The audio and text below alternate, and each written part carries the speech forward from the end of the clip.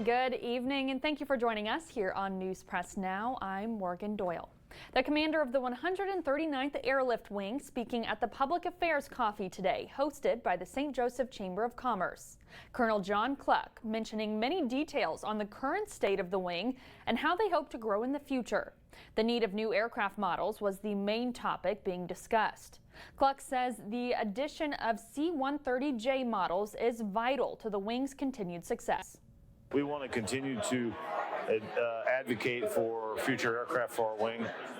The availability of possibly getting C-130J models is vital to our continued success for years to come.